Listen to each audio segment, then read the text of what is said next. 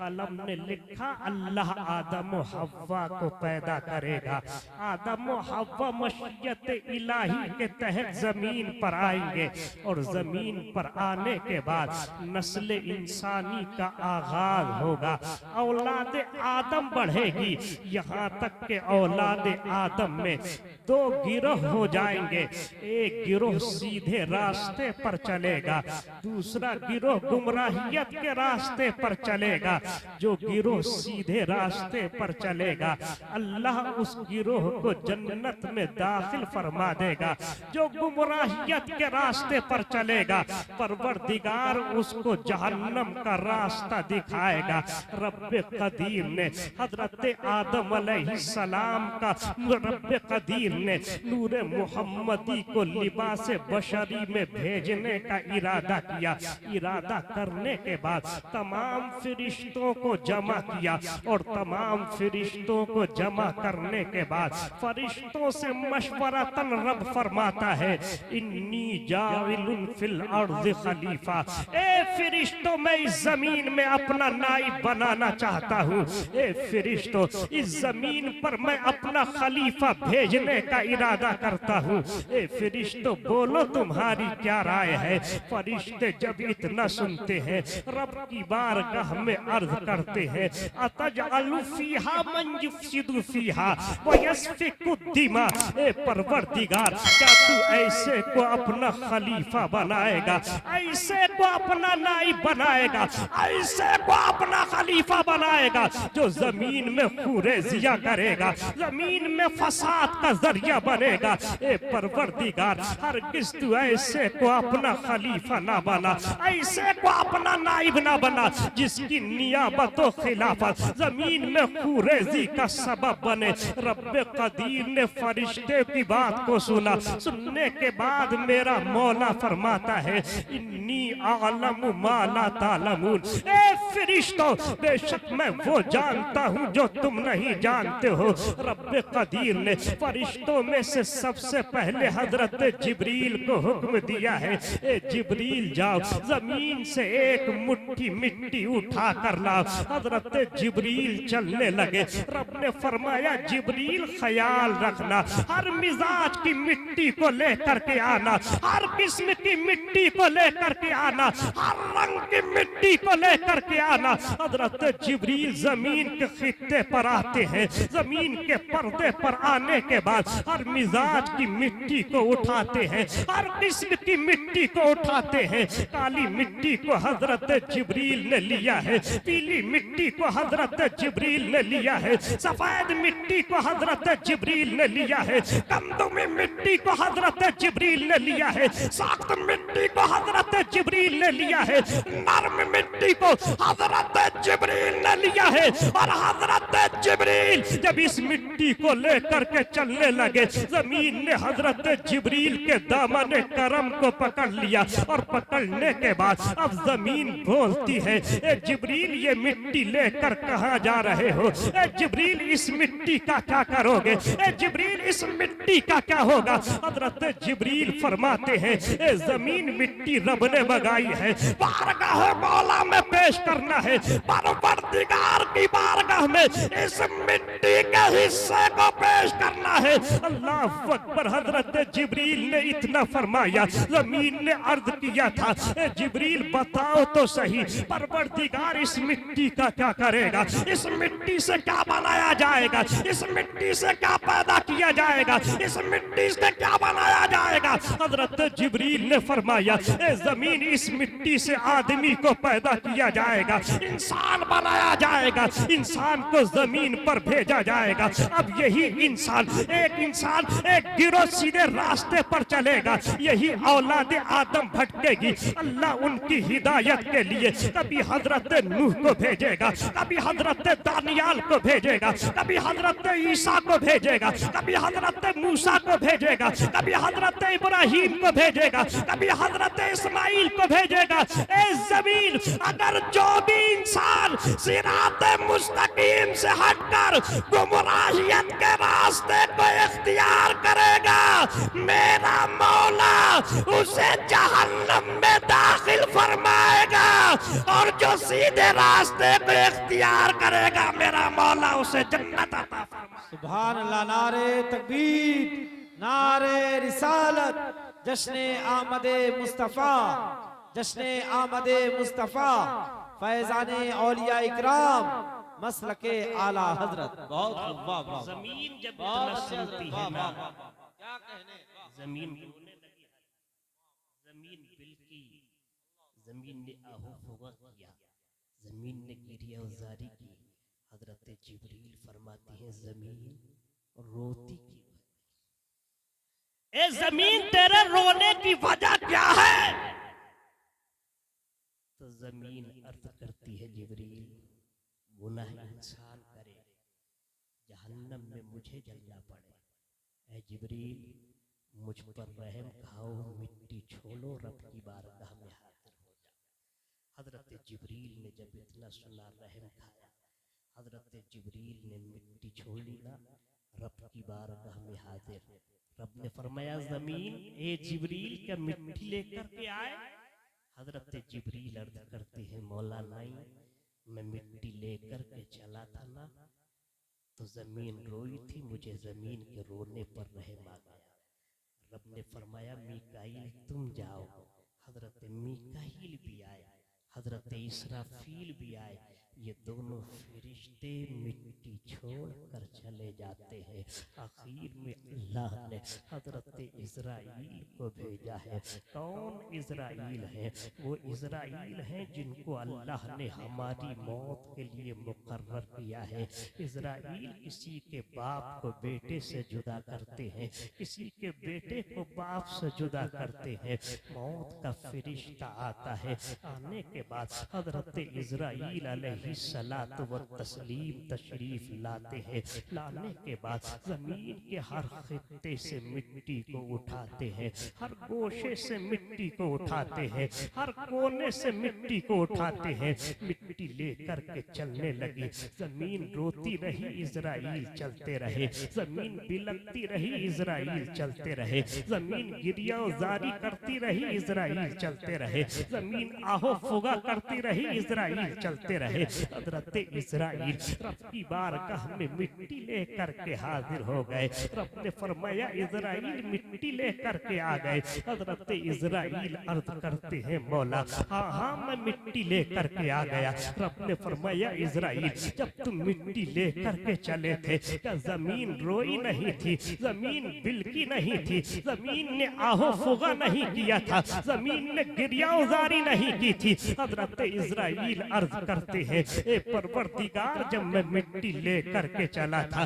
जमीन रोती रही, मैं चलता रहा, जमीन बिलकती रही, मैं चलता रहा, जमीन गिरिया उतारी करती रही, मैं चलता रहा, जमीन आहो फुगा करती रही, मैं चलता रहा। अल्लाह ने फरमाया था ए इजराइल क्या तुम्हें जमीन के रोने पर रहम नहीं आया? इजराइल अर्ज करते हैं ए परवरदिगार जमीन का रोना देखता या तेरा हुक्म देखता? रब ने फरमाया इजराइल अरे जब बात ये है तो मिट्टी से तुमने जुदा किया है, इस मिट्टी को मिट्टी में मिलाने के लिए भी तुम ही जाओ। अल्लाह अकबर। मुसलमान हजरत इजराइल मिट्टी लेकर के गए, उस मिट्टी पर एक रिवायत के एतबार से 40 साल और दूसरी रिवायत के एतबार से 40 दिन तक बारिश हुई।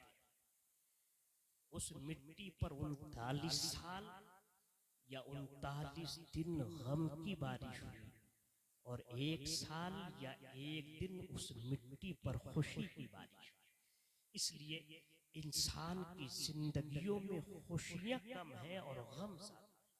मिट्टी को गूंदा गया, रब कदीर ने अपने जसद कुदरत, अपने दस्त कुदरत से हजरत आदम अलैहिस्सलाम का खालिद तैयार किया, जसद खाकी तैयार कर दिया गया। और जब जसद खाकी तैयार हुआ ना, हजरत आदम अलैहिस्सलाम का रब कदीर ने रूह को हुक्म दिया, रूह कालिब आदम में दाखिल हो जा, रूह आदम के जिस्म में दाखिल हो जा। जब आदम अलैहिस्सलाम के जिस्म में दाखिल हुई, अंधेरा देखा, खौफ और डर की वजह से वापस आ गई। रब ने फरमाया, ऐ रूह, तू दाखिल होने के बाद निकली क्यों? तो रूह ने अर्ज किया, ये परवरदिगार, आदम अलैहिस्सलाम का जो तूने पुतला बनाया है ना, उस पुतले में बहुत अंधेरा है और अंधेरा देख कर के मुझे बहुत डर लगता है। अल्लाह ने इतना सुना, नूरे मोहम्मदी को अल्लाह ने हजरत आदम अलैहिस्सलाम की पुष्ट में वसीयत फरमा दिया। नूरे मोहम्मदी आदम अलैहिस्सलाम की पुष्ट में है। जैसे ही पुष्ट में नूरे मोहम्मदी आता है, हजरत आदम अलैहिस्सलाम का जसद खाकी जगमग जगमग जगमगाने लगता है। रब कदीर ने नूरे मोहम्मदी रखा, रूह को दाखिल होने का हुक्म दिया। अब रूह दाखिल होती है, अब दाखिल होती है तो चढ़ती चली जाती है। आखिरकार रूह दाखिल होती है। हजरत आदम अलैहिस्सलाम ने आँख खोली है। आँख खोलने के बाद अल्लाह के फरिश्ते पीछे सिजदा रेज़ हैं। हजरत आदम अलैहिस्सलाम अर्ज करते हैं, ए परवरदिगार, ये फरिश्ते मेरे पीछे क्यों हैं? रब्बे कदीर ने फरमाया, ए आदम, हमने तुम्हारी पुष्ट पर अपने आखिरी नबी के नूर को रख दिया है। ए आदम, अगर वो ना होते तो तुम भी ना होते। आदम, अगर वो ना होते तो आसमान ना होता, वो ना होते तो जमीन ना होती, वो ना होते तो कायनात का जर्रा ना होता। हजरत आदम अलैहिस्सलाम अर्ज करते हैं, ए परवरदिगार, मैं उस नूरे मोहम्मदी को देखना चाहता हूँ। ए मेरे मौला, उस नूरे मोहम्मदी को मेरे जिस्म के ऐसे हिस्से में रख दे जिससे मैं नूरे मोहम्मदी की ज़ियारत कर सकूं।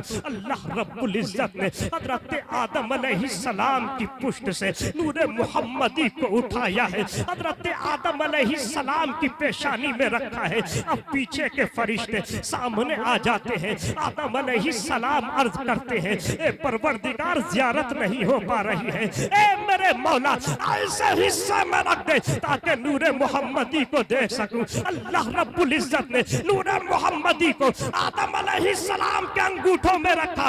आदम अलैहिस्सलाम ने फर्द मोहब्बत में अपने अंगूठों को चूम कर अपनी आने वाली बच्चों को बता दिया, आए मेरे बच्चों, नाम मोहम्मद को सुनकर अंगूठे चूम कर आंखों से लगा लेना, आंखों की तमाम बीमारियों से शिफा पा जाओ। सुभान अल्लाह, सुभान अल्लाह, वाह।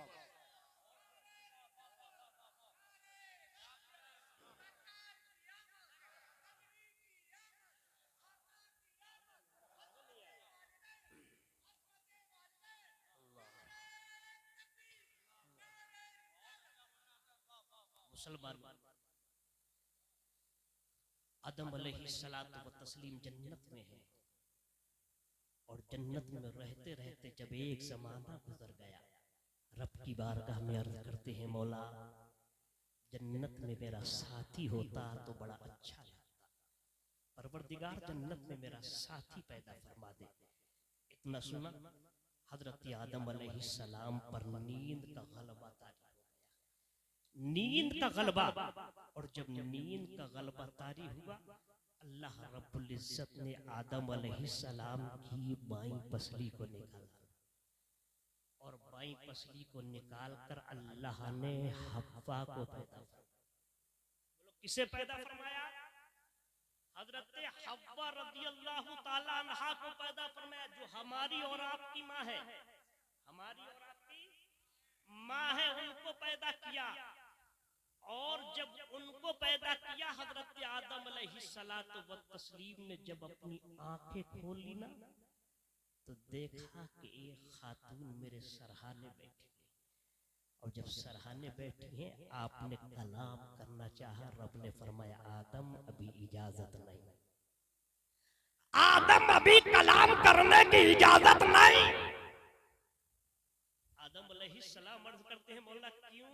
रब ने फरमाया, अभी तुम्हारा निकाह नहीं हुआ। यहाँ से मिजाज मिल गया कि जब तक शादी ना हो जाए उस वक्त तक लड़का लड़की से कलाम करे और लड़की लड़के से कलाम करे, ये जायज नहीं। लेकिन आज का हालात क्या है?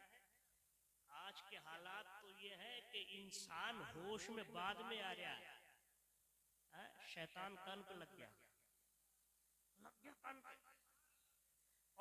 हक लगने के बाद उस इंसान का हाल यह है कि अगर वो रोड की गंदी नाली के किनारे पर बैठा है, पता नहीं चल रहा है कि कितने मच्छरों ने उसे काट लिया है, नहीं पता चल रहा है।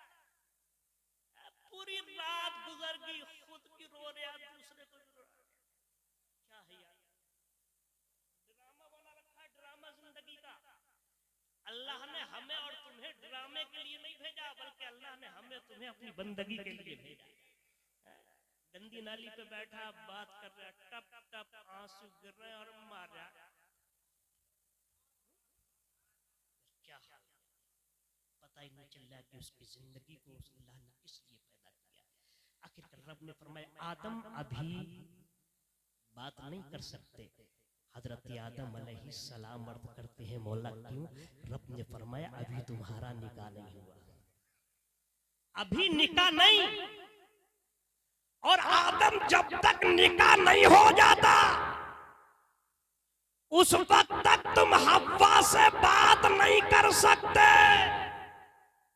हजरत आदम अलैहिस्सलाम ने जब इतना सुना, रब हजरत आदम अलैहिस्सलाम अर्ज करते हैं मौला इंतजाम फरमा दे।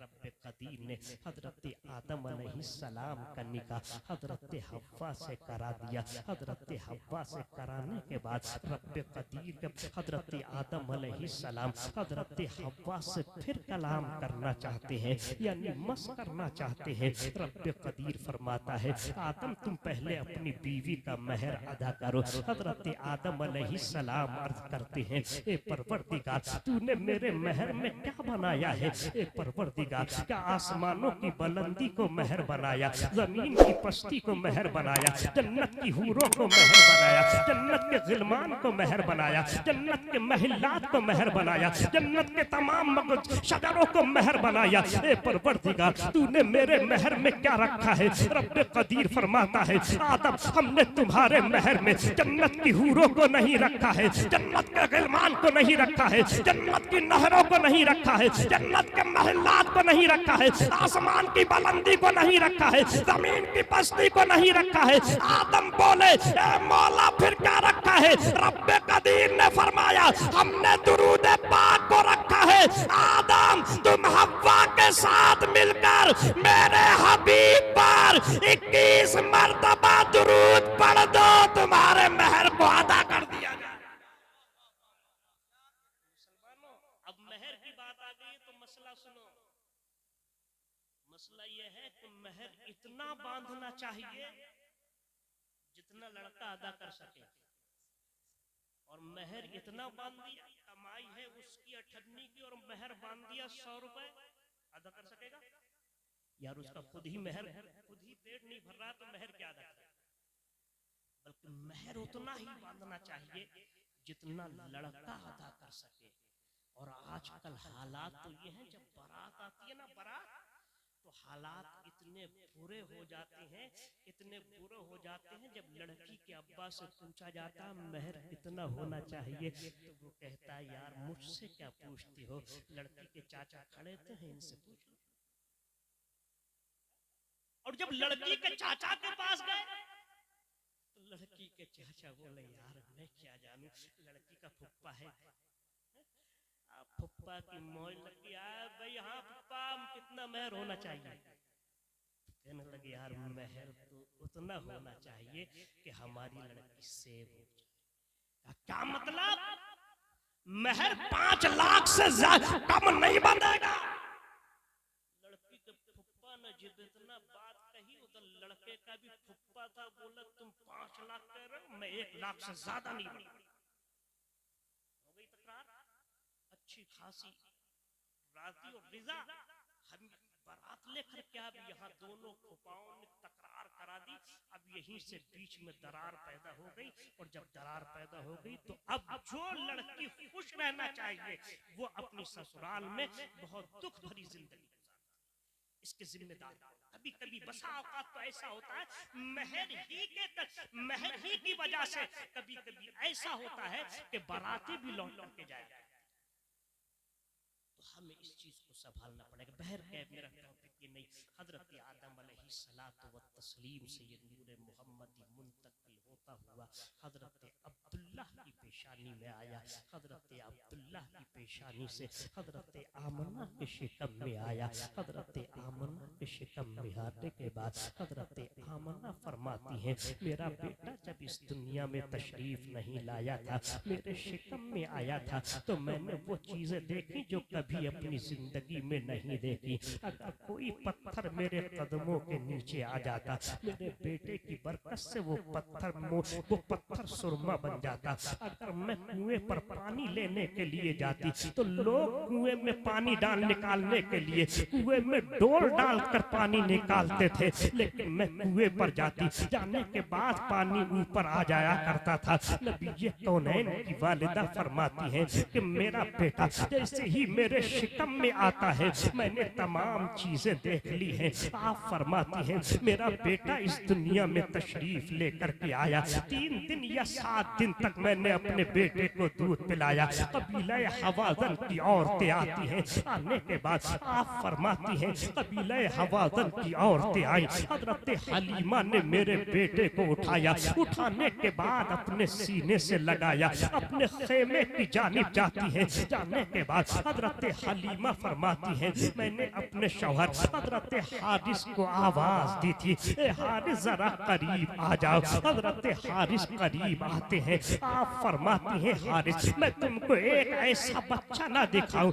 जिसकी सूरत देखकर तुम्हारा दिल बाग बाग हो जाएगा, तुम्हारी सूरत तुम्हारा दिल बाग बाग हो जाएगा। हजरत हारिस फरमाते हैं आप हलीमा दिखाओ वो बच्चा कौन सा है। आपने उस बच्चे के चेहरे से जैसे ही चादर मुबारक को उठाया था, हजरत हलीमा रज़ियल्लाहु ताला अन्हा फरमाती है मेरा शौहर उस बच्चे को देखता है, मेरे शौहर का चेहरा खिल उठता है। आप फरमाते हैं ए हलीमा ये आम बच्चों की तरह बच्चा नहीं, लगता है इसको अल्लाह ने अपना आखिरी नबी बनाकर भेजा है। हजरत हलीमा फरमाती है मैंने अपने शौहर हारिस से कहा था ए हारिस ऊँटनी का दूध निकाल कर लाओ, हमें बहुत शिद्दत की भूख लगी है, बड़ी तेजी की भूख लगी है। हारिस तुम ऊँटनी का दूध निकाल कर लाओ। हजरत हारिस फरमाते हैं ए हलीमा तुम जानती नहीं हो, तुम्हें मालूम नहीं है हमारी ऊँटनी हफ्ते में 1 मर्तबा दूध देती है,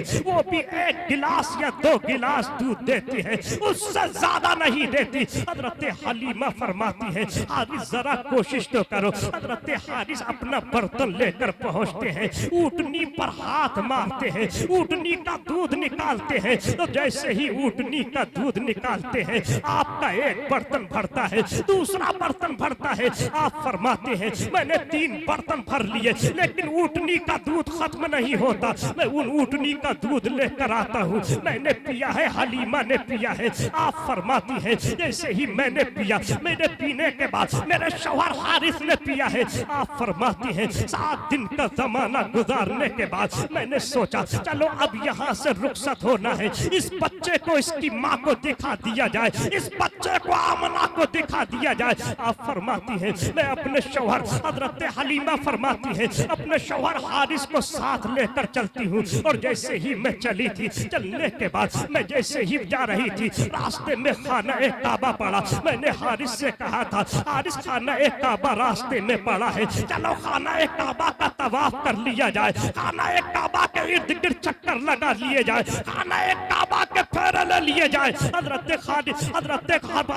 हजरत हलीमा फरमाती है मैंने अपने शौहर से कहा, मेरे शौहर ने कहा हाँ हाँ चलो बड़ा अच्छा काम है। आप फरमाती है हम तवाफ़े काबा कर रहे थे, हमने सोचा चलो हजरे अस्वद का बोसा ये बच्चा ले ले, लेकिन जैसे ही हमने उस बच्चे को हजरे अस्वद के करीब किया था, खाना एक काबा आगे बढ़ा था, कभी उस बच्चे के माथे को चूमता था, कभी उस बच्चे के इस गाल को चूमता था, कभी इस गाल को चूमता था, कभी होठों को चूमता था, कभी माथे को चूमता था, कभी हाथों को चूमता था। हलीमा फरमाती है गैब से आवाज आती है हलीमा मुबारक हो, तेरी गोद में कोई आम बच्चा नहीं बल्कि अल्लाह ने अपना आखिरी पैगंबर भेज दिया।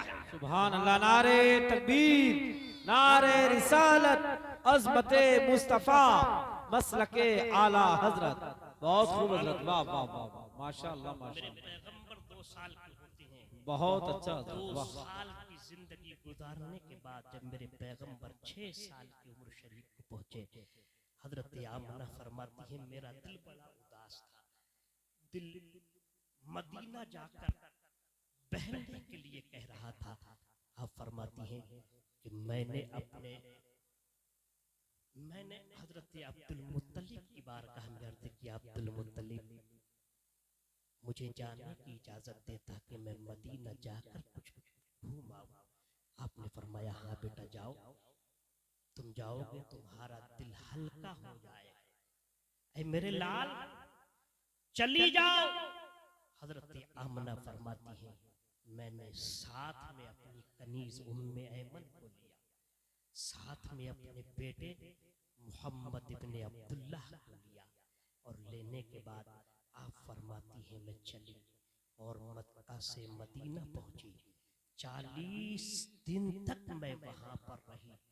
40 दिन के बाद आप फरमाती हैं लोगों मैं जब वापस लौट रही थी, हजरत आमना वापस लौट रही थी। हजरत आमना रज़ी अल्लाह ताला अन्हा मकाम अबवा के करीब में पहुंचती है, और मकाम अबवा के करीब में पहुंची थी।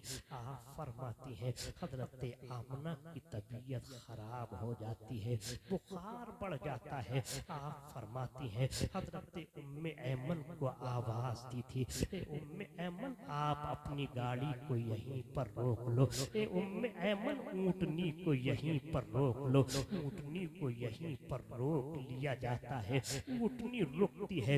हजरत उम्मे ऐमन फरमाती है हजरत आमना आप नीचे उतरती है। उतरने के बाद हजरत उम्मे ऐमन नीचे उतरी थी। हजरत आमना को हजरत उम्मे ऐमन ने उतारा था। उतारने के बाद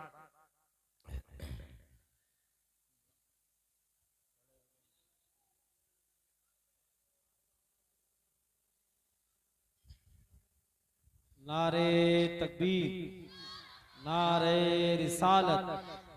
वाहिदी गदाए मीर अब्दुल वाहिद बिन ग्रामी हजरत हाफिज़ कारी मोहम्मद अली फैजी साहब क़िबला तशरीफ ला चुके हैं। आप इनका बेहतरीन अंदाज में कलाम भी सुनेंगे, और कुछ बीच बीच में ये आशिकाना जुमले बोलते हैं वो भी सुनेंगे। मैं अपनी बात को यहीं पर खत्म कर रहा हूँ, थोड़ी देर और आप बर्दाश्त कर लीजिए। हजरत आमना फरमाती है मैं जब वहाँ से चली, चलने के बाद जैसे ही मकाम अबवा में पहुँचती हूँ, हजरत आमना की तबीयत खराब हो गई। हजरत आमना उम्मे ऐमन से फरमाती है ए उम्मे ऐमन जरा ऊँटनी को तो रोको। हजरत उम्मे ऐमन ने ऊँटनी को रोका है। रोकने के बाद हजरत आमना फरमाती है उम्मे ऐमन जरा मुझे नीचे उतारो। आपने उम्मे ऐमन ने हजरत आमना को नीचे उतारा है। उतारने के बाद हजरत आमना फरमाती है ए उम्मे ऐमन तबीयत साथ नहीं देती है, कमजोरी पर कमजोरी आ रही है। ए उम्मे ऐमन जरा अपना सहारा दो, और सहारा देने के बाद आप मुझे जमीन पर लेटाल दो। उम्मे ऐमन ने हजरत आमना को जमीन पर लेटाला था। हजरत आमना समझ रही थी अब मैं दुनिया को खैराबाद कहने वाली हूँ। हजरत उम्मे ऐमन हजरत आमना समझ रही थी इस दुनिया से मैं जाने वाली हूँ। हजरत उम्मे ऐमन फरमाती है हजरत आमना की आंख से आंसू जारी होते हैं। हजरत आमना को गशी तारी होती है। हजरत आमना को गशी तारी हुई। हजरत उम्मे ऐमन फरमाती है मैंने पानी का छींटा मारा। हजरत उम्मे ऐमन फरमाती है हजरत आमना होश में आती है। हजरत आमना रो रही थी। मुस्तफा जाने रहमत अपनी वालिदा के करीब खड़े थे। आकाए कौनैन घुटने के बल बैठ जाते हैं। मुस्तफा घुटने के बल बैठे थे। बैठने के बाद आकाए कौनैन घुटने के बल बैठे हैं। कभी अपनी माँ के सर को बोसा देते हैं। आकाए कौनैन को करीब किया है। हजरत आमना फरमाती है ए मेरे प्यारे बेटे जरा मेरे साथ मेरे सामने आ जा। मुस्तफा सामने करीब आ जाते हैं। आकाए कौनैन को हजरत आमना ने अपनी बाहों में समा लिया था। मुस्तफा कभी अपनी माँ की पेशानी को चूम चूमते हैं, कभी अपने माँ के रुखसार को चूमते हैं। हजरत आमना रोती है, मुस्तफा की सिसकियां बुलंद होती है। हजरत आमना फरमाती, हजरत आमना रोने लगी, मुस्तफा का एक आंसू हजरत आमना के रुखसार मुबारक पर गिरा था। हजरत आमना ने अपने बेटे का चेहरा उठाया, आंख से आंसू पोंछे और फरमाया, ऐ मेरे लाल, आंख से आंसू गिराना बंद कर दे। अल्लाह ने तुझे रोने के लिए नहीं बल्कि इस दुनिया में रोतों को हंसाने के लिए भेजा। बहुत खूब हजरत, वाह वाह वाह वाह, माशाअल्लाह माशाअल्लाह। तारीकी से उजाले में लाकर खड़ा कर दिया। पैगंबर आए, हमें नूर अता फरमाया और मुस्तफा ने रोशनी अता फरमाई। आज हम क्या करते हैं? आज हालात ये है, हमारा एक भाई दूसरे भाई का दुश्मन है। मुस्तफा ने मोहब्बत का पैगाम आम किया, सरकार ने माँ बाप की इज्जत को बुलंद किया, सरकार ने एक दूसरे से मोहब्बत के साथ जिंदगी गुजारने का हुक्म दिया। लेकिन आज हालात क्या है? आज हालात ये है, एक भाई दूसरे भाई का दुश्मन, एक बेटा अपने बाप का दुश्मन है। मुसलमानों, मुस्तफा के बताए हुए फरामीन पर अमल करो। सरकार की बताई हुई सरकार के बताए हुए अहकाम पर अमल करोगे तो इंशाअल्लाह नज़ीर दुनिया भी तुम्हारी है और आखिरत भी तुम्हारी है। अल्लाह की बारगाह में दुआ है, परवरदिगार मेरे बोलने में जो भी गलती सरजद हुई हो, मुस्तफा जाने रहमत के तवस्सुल से मुआफ फरमा। हम सबों के गुनाहों को मुआफ फरमा दे, हम सबों को एक और नेक बना दे, हम सबों का खात्मा बिल खैर ईमान पर फरमा। कलमा शरीफ पढ़ लीजिए, ला इलाहा इल्लल्लाहु मुहम्मदुर रसूलुल्लाह सल्लल्लाहु तआला अलैहि वसल्लम व मा तौफीकी इल्ला बिल्लाह। अस्सलामु अलैकुम व रहमतुल्लाह।